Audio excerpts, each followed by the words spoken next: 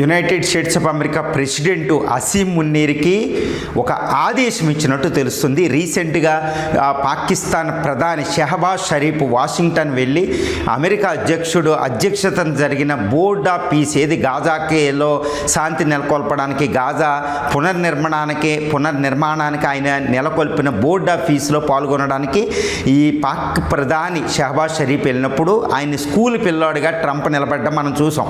అదే సమయంలో తర్వాత షెహబాజ్ షరీఫ్తో ఆర్డర్స్ ఇచ్చినట్టు తెలుస్తుంది. అసీం మున్నీరు, నువ్వు పాకిస్తాన్ ఎయిర్ బేస్ని జాగ్రత్తగా రెడీ పెట్టండి, అమెరికన్ ఫైటర్ జెట్స్ వస్తాయి, ఇరాన్పై దాడి చేసేటప్పుడు మీరు సహకరించాలి అని. ఏదో పాకిస్తాను ఇరాన్కి వ్యతిరేకంగా అమెరికాకి సపోర్ట్ చేయడం అనేది ఒక చిన్న విషయం కాదు. ఎందుకంటే ఆల్ ఇస్లామిక్ కంట్రీస్, ఇప్పుడు Saudi Arabia, even Iran enemies అయిన సౌదీ అరేబియా, ఖతారు, బహ్రెయిన్లు కూడా ఈ ఇరాన్కి సపోర్ట్గా రావడం లేదు. అంటే ఇరాన్కి ఎగనెస్ట్గా అమెరికాకి సపోర్ట్గా రావడం లేదండి, అవే భయపడుతున్నాయి. కానీ పాకిస్తాన్ ఒక బకరా లాంటి కంట్రీ అనమాట. ఆల్మోస్ట్ అమెరికా అధ్యక్షుడు దాన్ని రీసెంట్గా చెప్పాడు. పాకిస్తాన్ యొక్క రక్షణ శాఖ మంత్రి రీసెంట్గా చెప్తున్నారు, ఏమని, మమ్మల్ని టాయిలెట్ పేపర్ లాగా అమెరికా అధ్యక్షుడు పాకిస్తాన్ వాడుకుంటున్నట్టు ఆయన ఆరోపణ చేశాడు. ఇప్పుడు అదే జరుగుతుంది. ఇక పాకిస్తాన్ ఇప్పుడు అసీం మున్నీరు, షెహబాజ్ షరీఫ్ పాకిస్తాన్ని యుద్ధంలోకి తీసుకెళ్లే పరిస్థితుల్లో లేరు. అమెరికాకి సపోర్ట్ చేస్తే ఇటు చైనాకి దూరం అవ్వాల్సి వస్తుంది. ఎందుకంటే పాకిస్తాన్ చైనాతోనే అమెరికాతో రిలేషన్ ఉంది. ఇప్పుడు అమెరికాకి సపోర్ట్ చేస్తే ఇరాన్కి ఎగనెస్ట్గా అదే ఇరాన్కి చైనా సపోర్ట్ చేస్తుంది. కాబట్టి ఇప్పుడు అమెరికాకి సపోర్ట్ అంటే చైనాకి శత్రువు అవ్వడం పాకిస్తాన్. కాబట్టి అసీం మున్నీర్కి, షెహబాజ్ షరీఫ్కి చాలా కష్ట సమయం.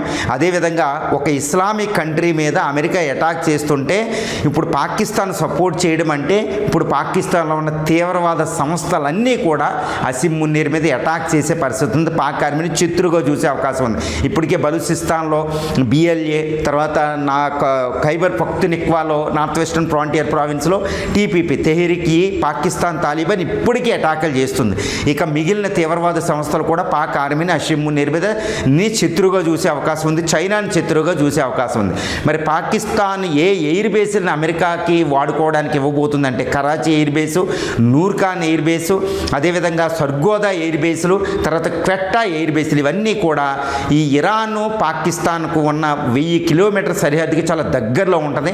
ఇప్పుడు ఇస్లామిక్ కంట్రీస్ ఏవి కూడా మిగిలిన సౌదీ అరేబియా, బహ్రాన్, ఖతార్ ఇవేవి ఇవ్వడం లేదు ఎయిర్ బేసులు అమెరికాకి. కాబట్టి పాకిస్తాన్ ఎయిర్ బేసులు అనేవి చాలా కీలకంగా ఇరాన్ని నాశనం చేయడానికి అమెరికా ఉపయోగించుకునే అవకాశం ఉంది. ఇప్పటికే కొన్ని ఫైటర్ జెట్లు పాకిస్తాన్ ఎయిర్ బేసుల్లోకి వెళుతున్నట్టు కూడా కొన్ని సమాచారం అందుతుందన్నమాట. కాబట్టి పాకిస్తాన్ని మళ్ళా దాన్ని ఎయిర్ బేస్ కింద వాడుకుంటుంది. కాబట్టి ఇరాన్కి పర్మనెంట్గా శత్రు అవ్వబోతుంది, చైనాకి పర్మనెంట్గా శత్రు అవ్వబోతుంది. పాకిస్తాన్ యొక్క ఎస్టాబ్లిష్మెంట్, అసీం మున్నీరు, ఈ షెహబాజ్ షరీఫ్, ఈ పార్టీలు, పొలిటికల్ పార్టీలు అన్నిటినీ కూడా ఈ ఇస్లామిక్ ముజాహిద్దీన్లు, లష్కరు, ఈ తీవ్రవాదులు శత్రువులుగా చూసే అవకాశం ఉంది. కాబట్టి పాకిస్తాన్ ఏమీ చేయలేని పరిస్థితి. ఇప్పుడు అసీం మున్నీర్కి ఏ మాత్రం సుతారామ ఇష్టం లేదు అమెరికాకు సపోర్ట్ చేయడం. కానీ అమెరికా అధ్యక్షుని కాదంటే పదవి 2 రోజులు కూడా ఉండదన్నమాట. కాబట్టి పాకిస్తాన్ విపత్కర పరిస్థితిలో ఉంది. ఇది ఎట్టి పరిస్థితుల్లో ఇండియాకి చాలా చాలా మంచి అవకాశం ఉంది. ఎందుకంటే పాకిస్తాన్ చైనాకి మొత్తం దూరం అవ్వబోతుందన్నమాట.